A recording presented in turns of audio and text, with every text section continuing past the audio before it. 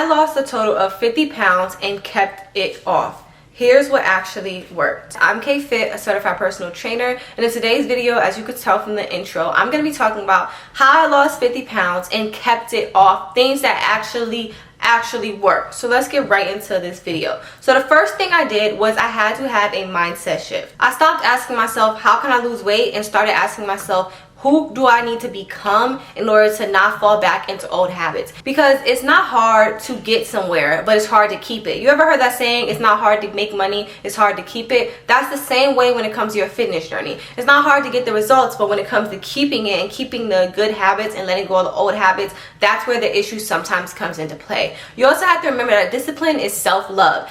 Honestly speaking, I did not gain confidence until I was disciplined within myself. When you have enough discipline to do what you need to do for your mind, for your body, for your spirit, that's when the self-love comes in, because you're literally taking care of yourself. You're watering yourself to the point where you are forced to love yourself because you're doing nothing but stuff for yourself. It's okay to do stuff for other people, but a lot of times us as humans, we naturally do stuff for others so much that we never really took our time to do for ourselves. That's why when people start their fitness journeys, most of the time, they feel out of place because they're not used to doing for themselves. This is new to them. They're not used to taking care of themselves. Same with me. When I started my fitness journey, it was so new to me because I was not used to having a routine. I wasn't used to really taking out time out the day to focus on myself. When you really think about it, fitness, you're literally taking out 30 minutes out of your day or an hour out of your day to just solely focus on yourself. And to some people that's new because they never focused on themselves before. But you have to understand that this is like going to help you. Doing stuff for yourself is going to help you along this journey. Trust me when I say this. It helped me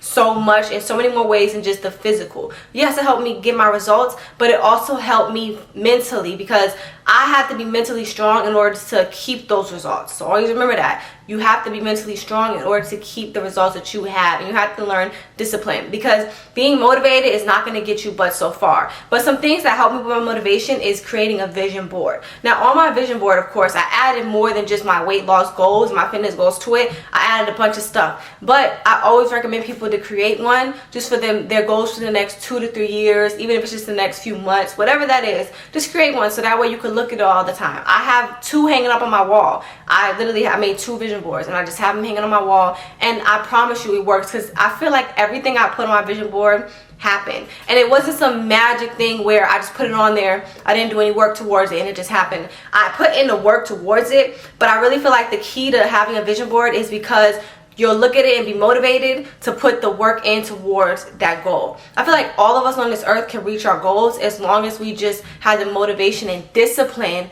to do it. It's all about having discipline to reach your goal and do what you have to do to make those steps towards it, okay? So vision boards really helped me with that. It helped me really have something to look forward to and something to chase. Next thing I did was I ate for fat loss. I wasn't eating to follow a trend. I was eating to be a healthier person, a healthier lifestyle, and just to fuel my body with the right meals. So the first thing I did was I prioritized protein within my diet. Protein helps because it helps you form muscle, and muscle in turn helps you burn fat. When I say muscle, I'm not talking about those super bulky bodybuilders you see. Yes, they consume protein, but that's not what I'm talking about. That tone look that you see online that people say, oh, I want to be toned. There's no such thing as tone. Being toned is literally just having muscle. Yes, it can look feminine, but it's still muscle. I also cut down on processed foods, not because they're bad, but because it just made me feel sluggish. When I told myself that it's not bad for me, but it's not the best things to fuel my body. So I looked at it like,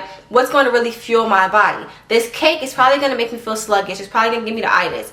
But that fruit is probably going to give me energy. That protein is probably going to give me more energy. Some example of protein that you can have with each and every meal. I'm going to give you guys examples of breakfast, lunch, and dinner. Starting with breakfast, you could do eggs with a side of turkey bacon. If you're the person that you don't like heavy meals in the morning, it's hard for you, you could do a yogurt with protein powder in that for breakfast. That's still an option.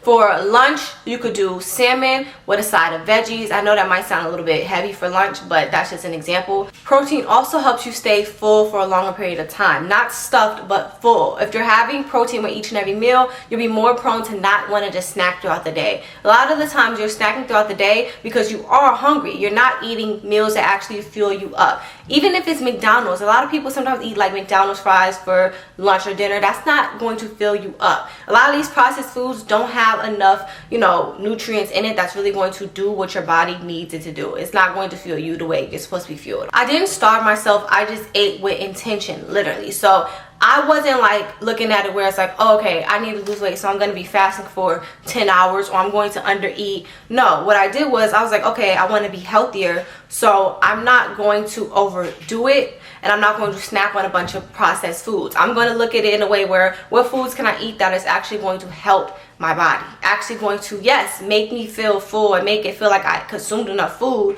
but also the food I consumed was not processed or bad for me. When you look at it like that, you're not looking at it like you're dieting or like you're miserable, because honestly speaking, a lot of people think that starving themselves is the way, when it's really not, because you can't do that forever. So along that journey, once you get to your results by starving yourself, you're going to be more prone to falling off, because you can't starve yourself forever.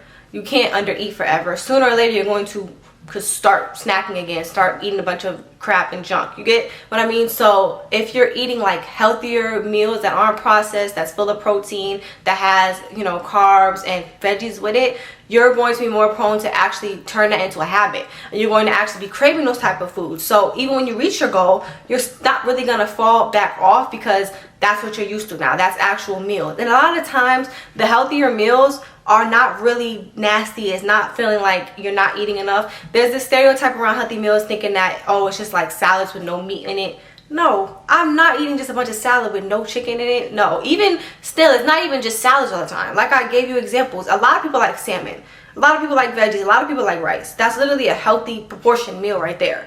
You know what I mean? So I want us to like dead this stereotype where they think that eating healthy means eating less or starving themselves. That's not what that means, okay? Keep that in mind. You don't have to be miserable along this journey. We don't, because misery is one thing that will not help the weight stay off, because you'll be so ready to just end it. You'll be so ready to just be done with this journey that once you get to the goal, you'll be going right back to your old habits. So we don't want to do that. We want to focus on creating habits that will last. And in order for a habit to last, we have to somewhat enjoy it, okay? Not everything's going to be easy, but at the same time, we shouldn't be miserable throughout it. So my workout strategy, it's literally changed so much throughout the years, but the perfect one I found was just moving daily. So instead of me chasing sweating or soreness, because I used to do that. I used to think if I wasn't sore, if I wasn't sweating, I wasn't getting the workout in. And I was just young and naive, and I've learned throughout the years that that's not true at all.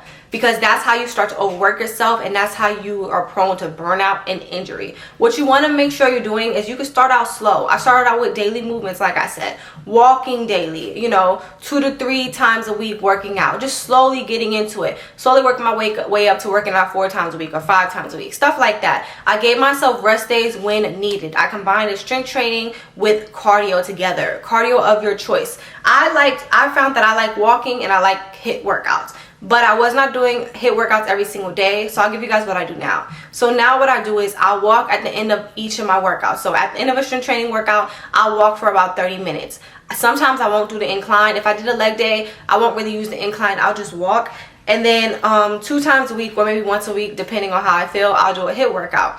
Usually my HIIT workouts are like 10 minutes, 10, 20 minutes, something simple like that. If I'm doing a HIIT workout, I'm not strength training after that or before that. The HIIT workout is my full workout for that day. So usually the HIIT workouts are on the days where I just want to do something quick and simple and straight to the point. I focus on movement that it's actually sustainable, because this is for the long run. Why would I want to do something every single day that's going to overwork my body just so I can be miserable throughout it? That's going to stop me from wanting to keep on pushing and keep on going. I have to do stuff that's sustainable for myself. There was a point where I was overworking myself, and I was trying to figure out, why do I feel so miserable throughout it? And that's why. It wasn't until recently, honestly speaking, where I really found a happy medium with my workouts and something that I actually enjoy doing. And I found that going to the gym for hours at a time, I was not enjoying that, because it started to feel like a chore. It started to feel like, you know, just something I had to do instead of something that I'm doing to be healthier. It started to feel like something that, you know, just a chore, something that I didn't like doing, and that's not what I wanted, because that's something I was spending majority of my time doing, being healthy.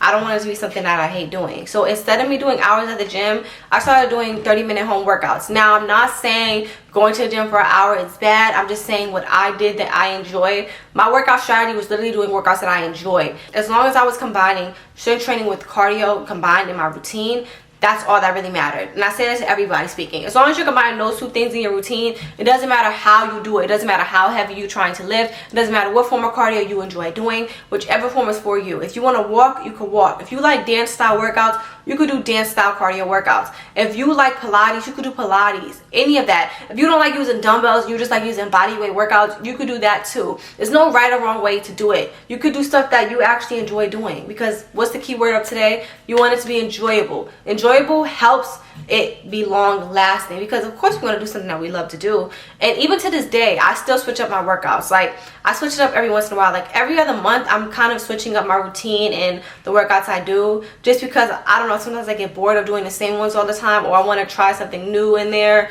I just switch it up. But I'm not switching it up based off of chasing a body goal. I'm switching it up just based off of chasing a feeling, like just the feeling I get from it. I focus on that more than just the physical outlook on it. Focus on being healthier instead of focusing on the physical part of it, because that will make it a lot more enjoyable too, and a lot less stressful on your body. Now, we're gonna get into keeping it off. I know throughout this video I kind of touched bases on how I kept the weight off, but specifically losing weight is one thing, but keeping it off is really all about your identity, if that makes sense. I told myself I'm the type of woman who takes care of herself. So basically it's all about taking care of myself. So instead of like basing the goal off of physical, I base it off of just self-care and self-love, because this is all rooted in self-love. Self-love is rooted in how you take care of yourself. So I literally told myself, you know what, I'm just taking care of myself. I'm taking care of my body. That helped me not compare myself to other people, because why would I compare myself to someone else who's working out as well when they're doing something good too? We're literally both taking care of our bodies. It doesn't matter if one person is thicker than the other or one person is slimmer than the other. We're both taking care of ourselves. We're both women taking care of our bodies. And I don't want us to be stuck in that cycle of just comparing ourselves to other people and other bodies, because at the end of the day, the person you're comparing yourself to has insecurities too. We all do. We're humans. It's normal. So instead of comparing, just look at stuff like, oh, I aspire to be as disciplined as she is maybe, or I aspire to be able to maybe do that workout. But don't compare your body and stuff like that. That's not really the safest thing to do. That leads into body dysmorphia, that leads into mental issues, all of that. So I say all that just to say, really love yourself throughout that, and understand that nobody is perfect. So instead of chasing perfection, chase consistency, being consistent with yourself, showing up every day for yourself, doing this for yourself, because the key word today is yourself. Okay, the two key words today was yourself and enjoyable. So you want this process to be enjoyable, so you can be there to take care of yourself. Okay, period. I ate that up. I feel like I ate that up. I did my big one. If you're serious about transforming your body and want a step-by-step plan that actually works,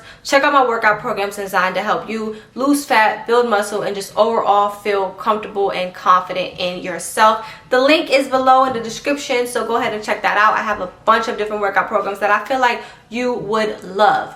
So please do not forget to like, share, comment, and subscribe, and check those workout programs out. And I'll see you guys next time. Bye.